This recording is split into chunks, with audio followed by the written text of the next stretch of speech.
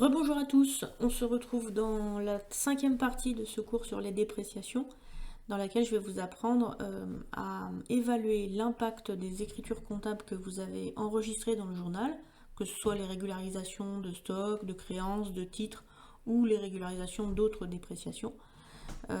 L'idée c'est de voir quel est l'impact cela a eu dans bilan, compte de résultat et annexes. Il s'agit donc de la 5e partie de ce cours sur les dépréciations. Et bien entendu, il est essentiel que vous ayez regardé les vidéos précédentes et surtout fait les applications précédentes, puisque on va donner suite justement à ces applications en analysant leur impact dans les documents de synthèse. On commence par le premier document qui doit faire partie des documents de synthèse, qui est l'annexe. Donc on a déjà un petit peu étudié, on a déjà appris à faire un tableau des immobilisations, un tableau des amortissements. Dans le cadre des dépréciations, on est amené à présenter un tableau des dépréciations qui a pour objectif de justifier le montant des dépréciations qui figurera au bilan. Dans la première colonne, il convient de reporter le montant des éventuelles dépréciations qui existaient lors du dernier inventaire, donc à la fin de l'année N-1 ou au début de l'année N, c'est la même chose. Dans la colonne B, il convient de reporter le montant des dotations aux dépréciations enregistrées sur les éléments de l'actif. Colonne C, le montant des reprises de dépréciation. Et la colonne D s'obtient en faisant colonne A plus colonne B moins colonne C. Et elle met en évidence le montant des dépréciations nécessaires. Ce montant de dépréciation nécessaire est celui qui apparaîtra dans la colonne amortissement et dépréciation au niveau de votre bilan. En ce qui concerne l'impact des écritures comptables que vous avez réalisées sur le compte de résultat, vous avez été amené lors de l'enregistrement de vos dotations aux dépréciations et de vos reprises sur dépréciations à enregistrer, à utiliser les comptes 681, 781, 686, 786.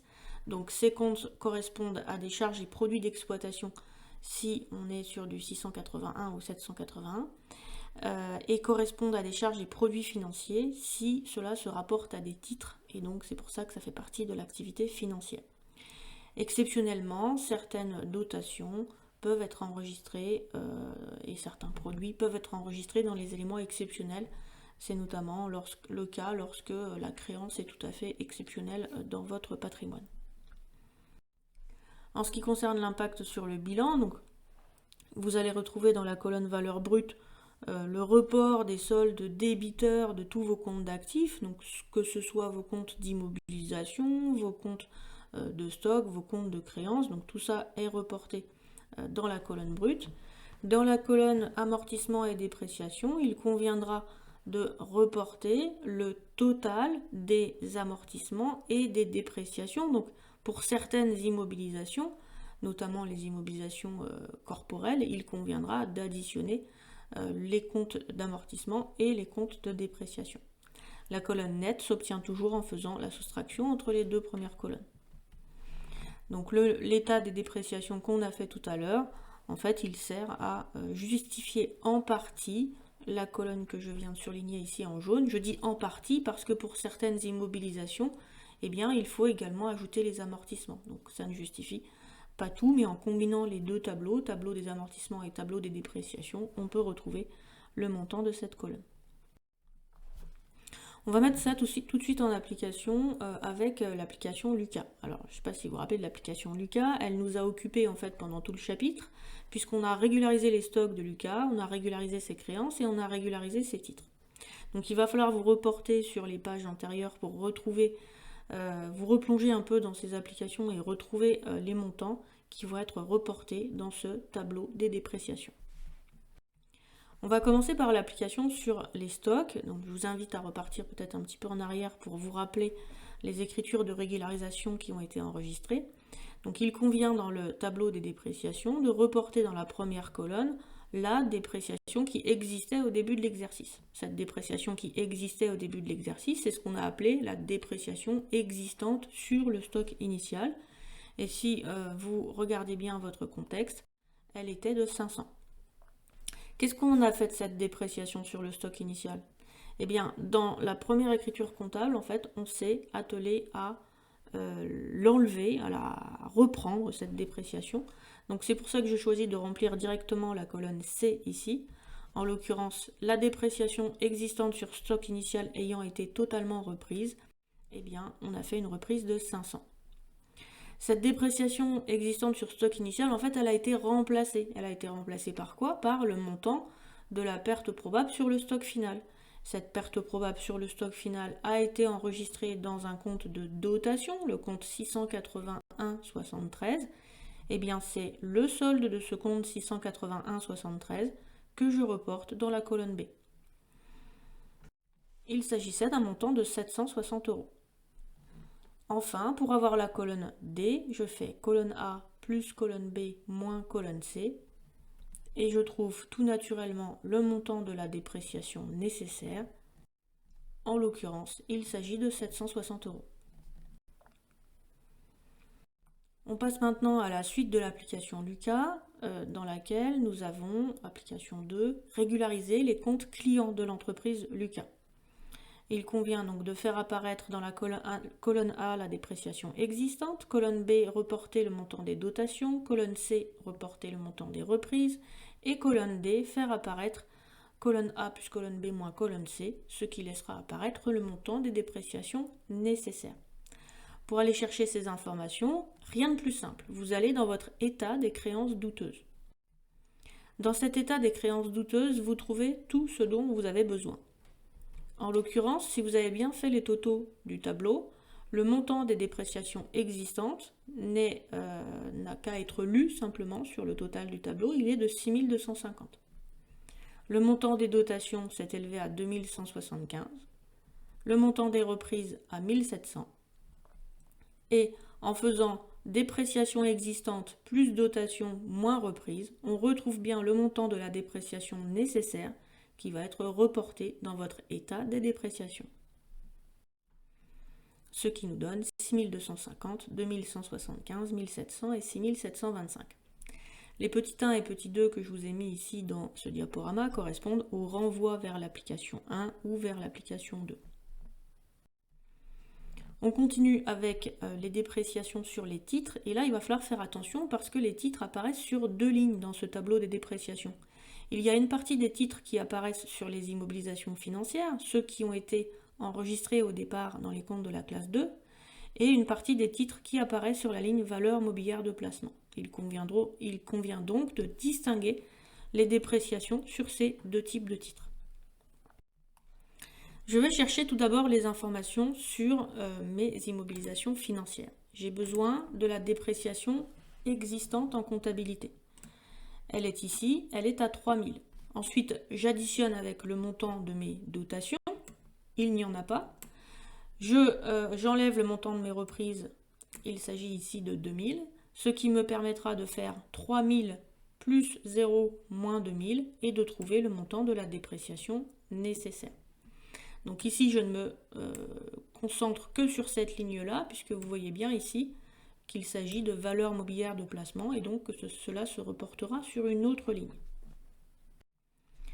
Ce qui me donne donc, comme je l'ai dit, dépréciation au début de l'exercice 3000, dotation 0, reprise 2000 et dépréciation en fin d'exercice 1000. Je n'ai qu'à terminer avec mes dépréciations sur valeur mobilière de placement.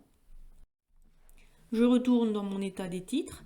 J'ai besoin d'avoir le montant des dépréciations existantes au début de l'exercice. J'ai 2 valeurs mobilières de placement ici. Je vais donc devoir additionner les 2 dépréciations qui existaient au début de l'exercice, ce qui me fait un total de 550.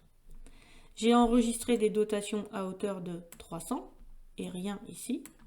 J'ai enregistré des reprises à hauteur de 50 et rien ici.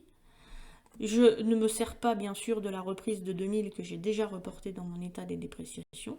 Et en faisant 550 plus 300 moins 50, j'obtiens bien le montant de la somme des dépréciations nécessaires. En l'occurrence, il s'agit de 800. Je reporte mes informations dans mon tableau des dépréciations. On continue ensuite avec le compte de résultat dans lequel sont reportés tous les comptes de charges et de produits qui ont été utilisés lors des enregistrements comptables. À chaque somme qui a été mise, vous avez des renvois qui vous permettent de vous référer à l'application 1, 2 ou 3. En l'occurrence, ici, vous avez une variation de stock qui apparaît, qui correspond à la différence entre le stock initial et le stock final de marchandises pour l'entreprise Lucas. On avait 17 000 de stock initial et 20 000 de stock final, en faisant 17 000 moins 20 000.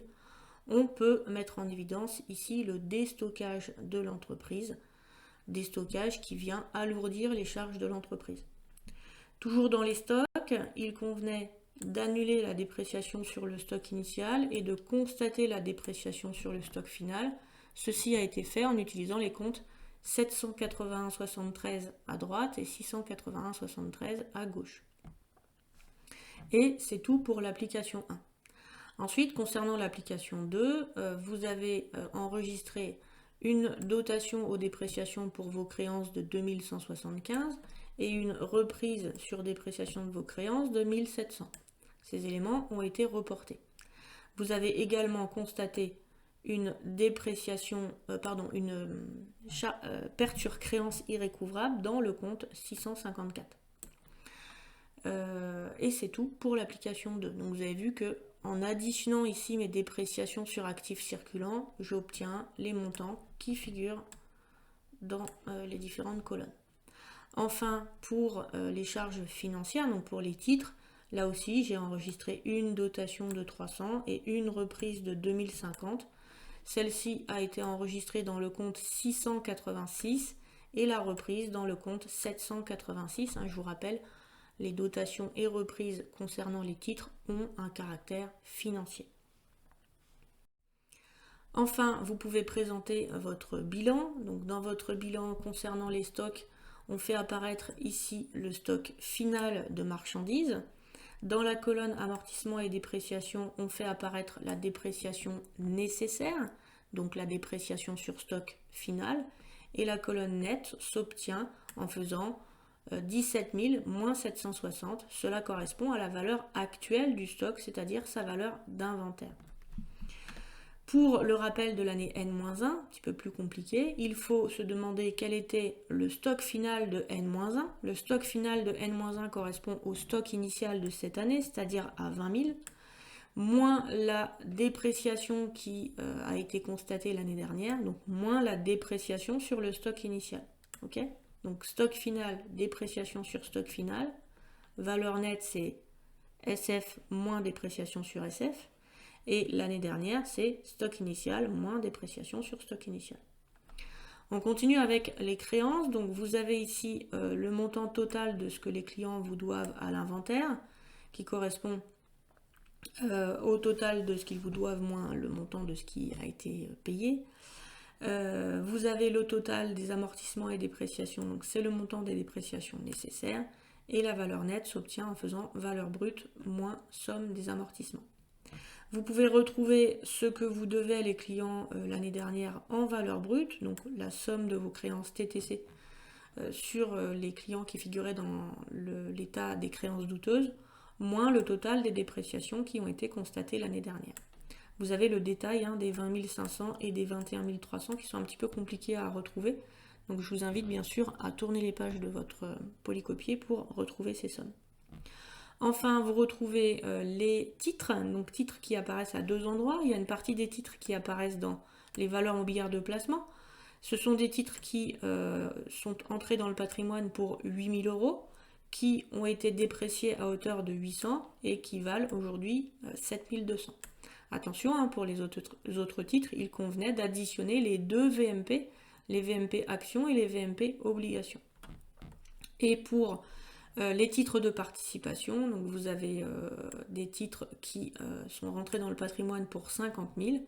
La dépréciation nécessaire qui apparaît dans le bilan est de 1 000, afin de faire apparaître la valeur actuelle des titres qui est de 49 000.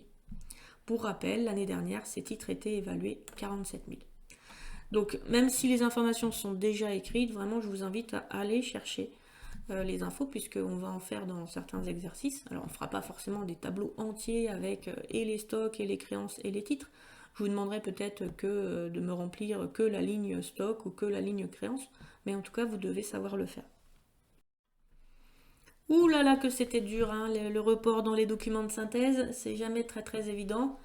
Donc bien sûr il faut être concentré. Alors si vous n'étiez pas concentré, ben, reprenez peut-être cette vidéo à tête reposée et voyez comment toutes les sommes ont été mises dans le compte de résultat et le bilan. Donc je vous invite à liker la vidéo pour la garder dans vos favoris. Et puis on va maintenant passer aux exercices, ou plutôt pas maintenant parce que en fait je pense que ça va suffire pour cette séance. On démarrera les exercices à la prochaine séance et je les ferai du coup en mode hybride, à savoir moitié en présence pour ceux qui sont là et moitié à distance sur Zoom pour ceux qui ne sont pas là. Ça vous permettra de suivre au même rythme que les autres. Je vous souhaite une très bonne soirée. Relisez votre cours d'ici les exercices parce que sinon vous allez être un petit peu perdu. N'hésitez pas à télécharger les fiches de cours aussi sur le NT. Et puis profitez bien de votre soirée. À bientôt.